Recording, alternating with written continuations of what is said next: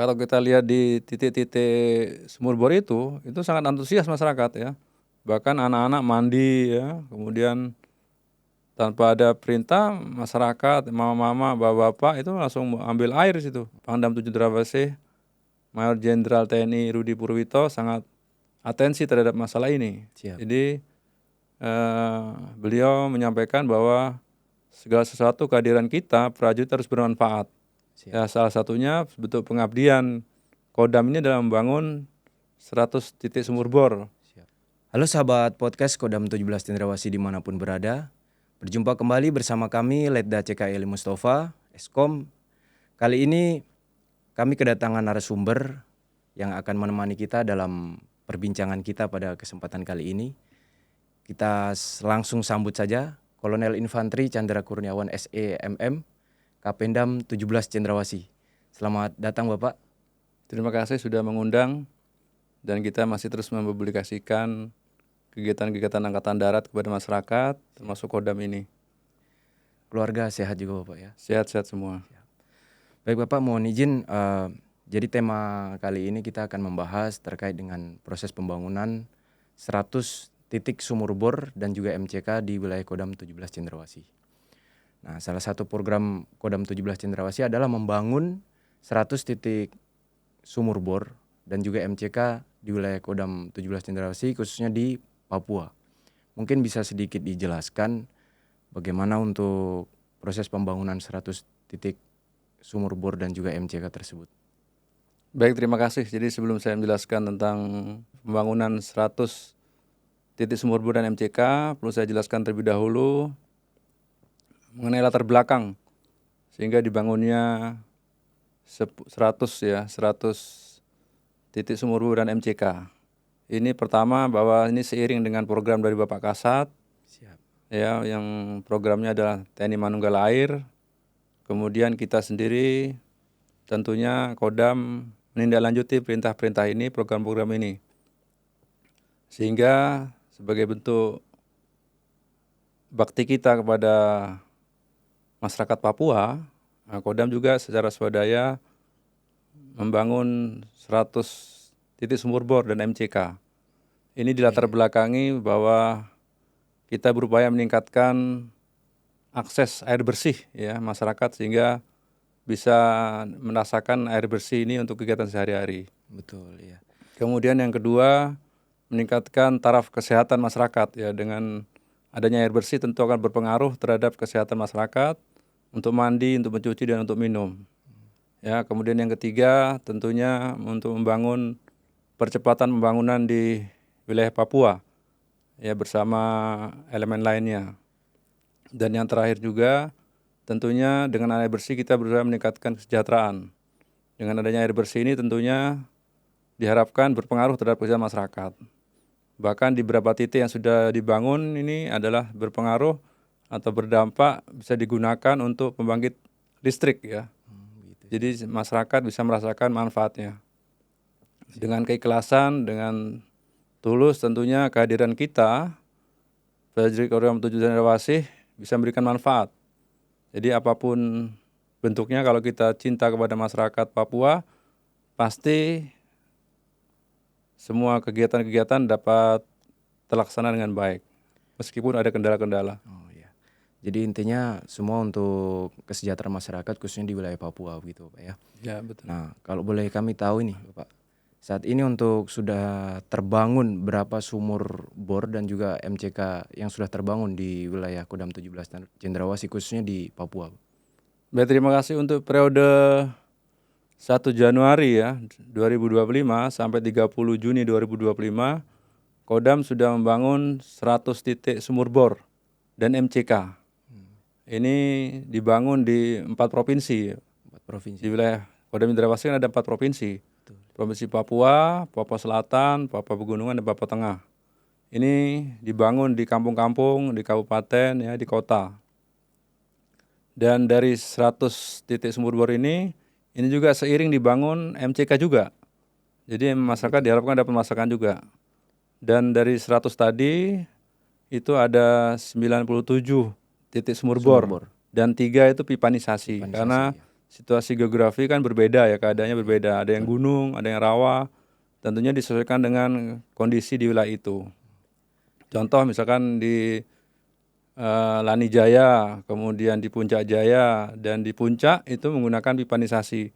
Karena kondisi geografinya kan sulit kalau kita membuat sumur bor, jadi kita menggunakan pipanisasi.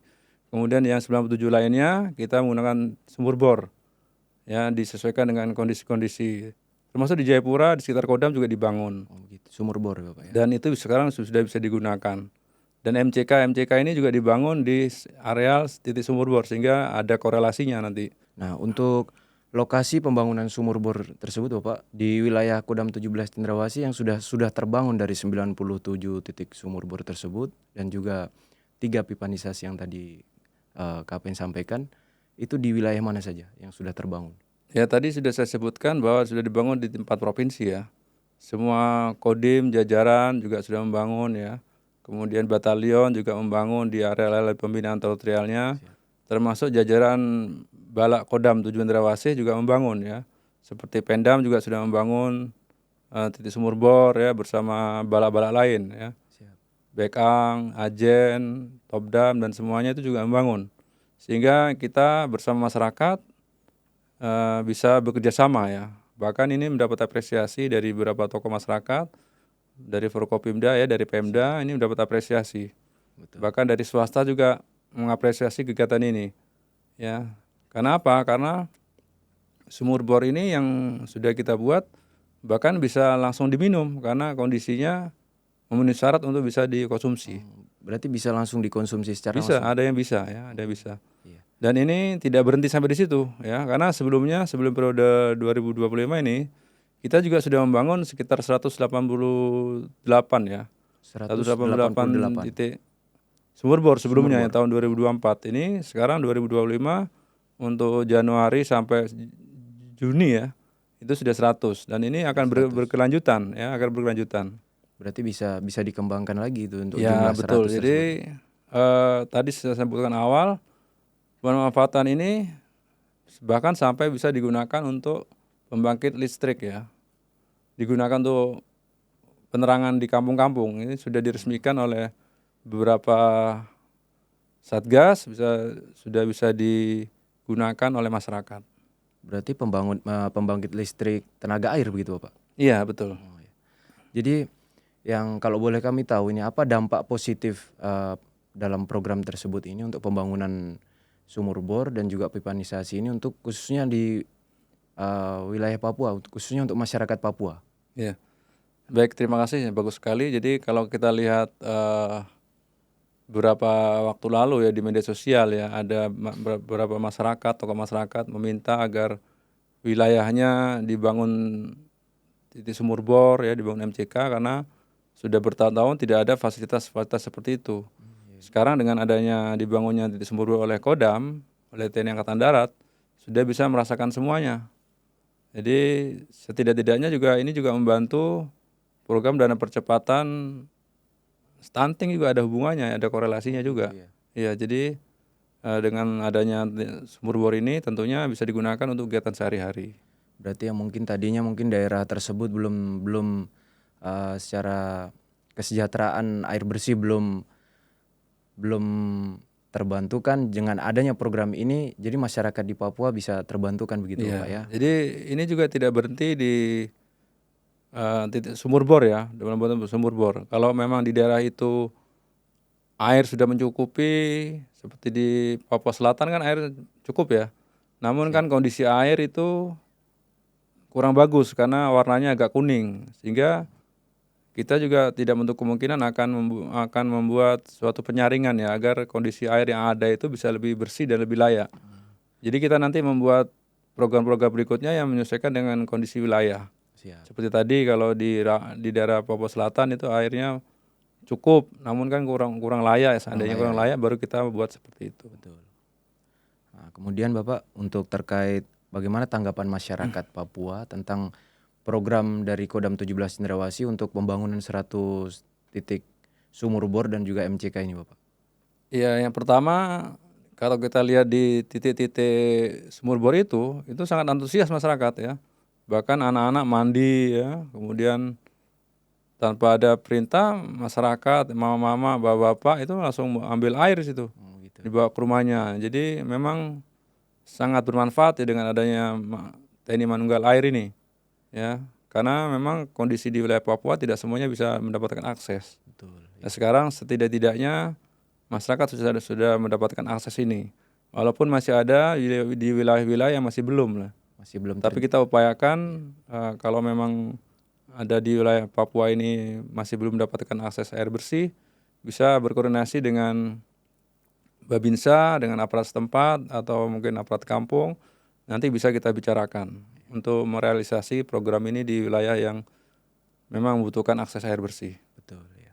Jadi tadi penyampaian dari Kapen bahwasanya mungkin daerah-daerah terpencil khususnya di wilayah tanah Papua ini, itu belum semua begitu untuk terrealisasi dalam program 100 titik sumur bor dan juga MCK tersebut. Mungkin ada suatu daerah yang mungkin nanti ketika dalam proses pembangunan ke depan mungkin bisa melaporkan diri mungkin ke Koramil ataupun ke Posramil setempat begitu Bapak ya. Iya betul, jadi memang pembangunan titik sumur bor ini tidak mudah juga ya, karena ada beberapa kendala. Contoh saya sebutkan saja misalkan di suatu kabupaten ya, kita membuat pipanisasi saja, kan itu kan dari satu titik ya, misalkan jaraknya 1 kilo, itu kan dari mata air dialirkan ke bak, itu Bak kan melewati penampungan. melewati tanah adat atau tanah masyarakat, itu kan Betul. betul kita komunikasikan. Jangan sampai itu ada penolakan ya, kemudian ada permasalahan, sehingga itu perlu dikomunikasikan. Jadi membuat satu titik sumur bornya juga membutuhkan waktu. Jadi dengan adanya 100 sumur bor yang sudah kita bangun, itu realistis ya, bahkan itu kita kebut ya. Jadi program pembangunan 100 titik sumur bor dan juga MCK ini sebenarnya kita sepenuhnya untuk kita perbantukan untuk masyarakat. Tetapi dengan dinamika dan keadaan di lapangan, khususnya di wilayah Papua kan terkadang tidak semua itu akan berjalan dengan lancar begitu. Nah, kita perlu koordinasikan juga dengan ketua adat, mungkin kepala suku dan lain sebagainya begitu Bapak ya. Ya betul itu. Jadi memang pembangunan apapun bentuknya ya, termasuk TNI Manunggal Air, ini perlu dikomunikasikan. Ya perlu dikomunikasikan, jangan sampai nanti kan tahu ya bahwa di Papua ini kan ada kelompok separatis ya, ada UPM. Jangan sampai pembangunan yang sangat baik ini justru dipelintir ya, disesatkan Betul, oleh iya. kelompok-kelompok ini. Sehingga komunikasi-komunikasi secara intens perlu kita lakukan. Sekarang aja kalau di Papua ini foto saja bisa ada muncul fitnah ya kan. Betul, iya. Apalagi ada keramaian, ada kelompok 1-2 orang membuat sumur bor. Jangan sampai kita diberitakan yang tidak-tidak gitu. Nah, Siap, ini perlu diwaspadai juga. siap. Tapi pada intinya dengan adanya pembangunan 100 titik sumur bor ini, masyarakat sudah bisa merasakan manfaatnya, Betul, siap. khususnya di titik-titik itu. Siap. Jadi tujuan baik ini jangan sampai nanti disalahartikan dengan elemen oknum yang memang nanti akan menjatuhkan asumsi yang tidak baik begitu untuk Iya masyarakat. betul. Siap. Jadi setiap contoh ya seperti kegiatan TMMD ya. Kegiatan TMMD itu setiap ada tatap muka itu saran dan masukan dari masyarakat, dari tokoh-tokoh ini itu menyarankan kepada Dandim ya, kepada Bapak Panglima, Bapak Pangdam Siap. itu agar dibangun titik sumur bor ya. Siap. Apalagi Pangdam 7 Dravasih Mayor Jenderal TNI Rudi Purwito sangat atensi terhadap masalah ini. Siap. Jadi beliau menyampaikan bahwa segala sesuatu kehadiran kita prajurit harus bermanfaat. Siap. Ya, salah satunya bentuk pengabdian Kodam ini dalam membangun 100 titik sumur bor Siap. dan MCK pada periode Januari 2025 sampai Juni 2025. Siap. Kemudian untuk apakah ada kolaborasi kerjasama dengan pemerintah daerah, pihak perbankan ataupun mungkin juga dari elemen masyarakat sendiri, Bapak? Ya, beberapa titik memang sudah ada kerjasama ya dengan Pemda, dengan instansi swasta. Itu ada yang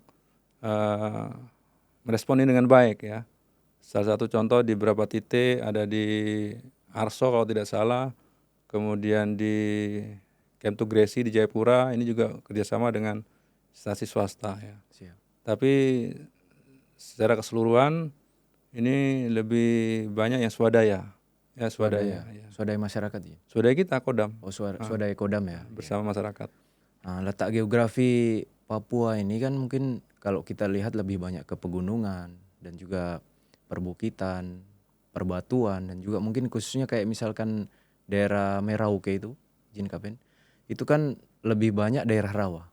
Nah itu mungkin adakah suatu metode pembangunan sumur bor di situ atau pipanisasi atau mungkin ada MCK yang secara metode khusus untuk pembangunan di wilayah-wilayah tertentu khususnya di wilayah daerah Merauke tersebut. Baik, terima kasih. Jadi pembangunannya kita masih yang standar ya. Jadi seperti sumur bor kita menggunakan alat-alat yang kita miliki ya.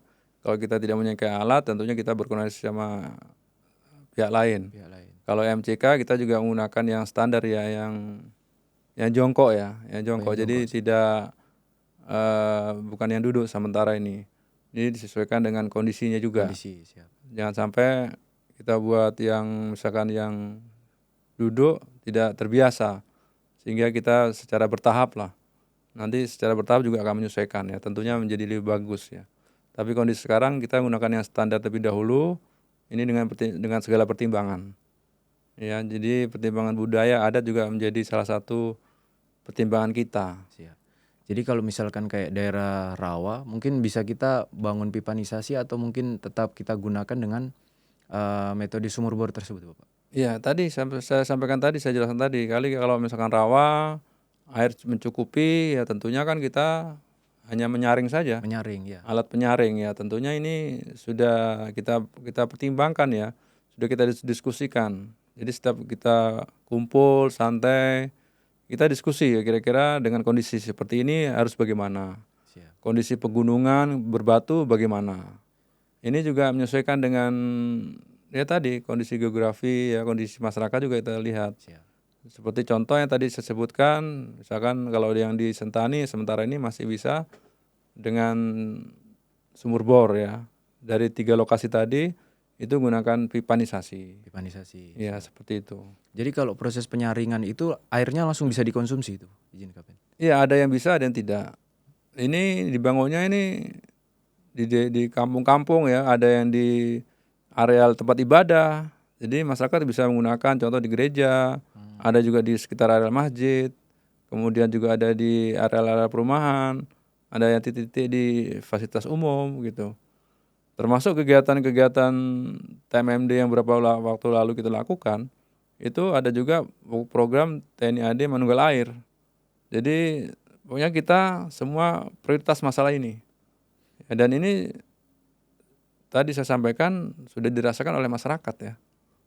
Mandi bisa, mencuci sudah bisa, masak juga bisa. Masyarakat Tidak perlu beli luas, ya, tidak perlu beli. Siap. Jadi masyarakat itu masyarakat luas ya, Bapak. Ya maksudnya Iya. dalam arti pembangunan sumur bor ini bukan hanya untuk masyarakat umum tetapi untuk di tempat ibadah pun juga dibangun. Iya. Di gereja dibangun, di masjid pun juga dibangun begitu, Bapak. Iya, betul. Harapan kita dengan adanya dibangunnya sumur bor ini, tentunya kita harapkan kepada masyarakat bisa menjaga ya, bisa menjaga sarana prasarana jangan dirusak, kemudian misalkan ada dapnya juga jangan sampai hilang. Ini harus kita jaga, kita rawat agar masa pakainya bisa lama. Bisa lama. Ya, jangan sampai kita pasang tiba-tiba rusak ya. Karena ini kan untuk umum ya, untuk umum bukan untuk perorangan. Jadi mari kita jaga semua alat-alat ini, semua perangkat-perangkat ini. Siap. Baik Bapak, untuk kesan dan pesan mungkin bisa disampaikan untuk masyarakat khususnya di wilayah Kodam 17 Cendrawasih yang mungkin saat ini sudah terbangun di titik-titik sumur bor yang saat ini sudah terbangun dan juga MCK tersebut, Pak. Mungkin bisa diberikan kesan dan pesannya Bapak mungkin. Ya, baik, terima kasih. Jadi Kodam Cendrawasih ini tentunya terus berbuat ya untuk masyarakat Papua khususnya di wilayah Kodam Cendrawasih di 4 provinsi. Salah satunya adalah membangun titik sumur bor ya dengan MCK. Dan ini juga dengan program-program lainnya. Tapi khusus untuk sumur bor ini, TNI Manunggal Air ini, harapan kita semuanya nanti bisa dirasakan oleh seluruh masyarakat. Namun kami harap bersabar ya, karena semua ini butuh perencanaan, karena di Papua ini, di 4 provinsi ini kan sangat luas. Betul, siap. Sehingga apabila ada masyarakat di kampung atau di distrik yang belum mendapatkan akses air bersih, bisa berkomunikasi dengan Babinsa terdekat atau aparat TNI terdekat, ya, sehingga bisa dikomunikasikan dengan Pemda, bahkan dengan kami. Jadi harapannya ke depan semakin banyak dan tentunya semakin banyak manfaatnya untuk masyarakat. Tadi saya sampaikan meningkatkan akses air bersih, bisa meningkatkan kesejahteraan, Siap. meningkatkan taraf kesehatan, dan tentunya membantu percepatan pembangunan yang dilakukan oleh pemerintah. Siap. Baik, sahabat podcast Kodam 17 Cendrawasih dimanapun berada, kami ucapkan banyak terima kasih kepada narasumber kami, Kapendam 17 Cendrawasih, Kolonel Infanteri Chandra Kurniawan SMM yang sudah meluangkan waktu untuk hadir menemani kita dalam perbincangan podcast kami hari ini. Kami Letda CKE Eli Mustafa pamit undur diri dari hadapan para pemirsa. Sampai jumpa pada acara podcast selanjutnya.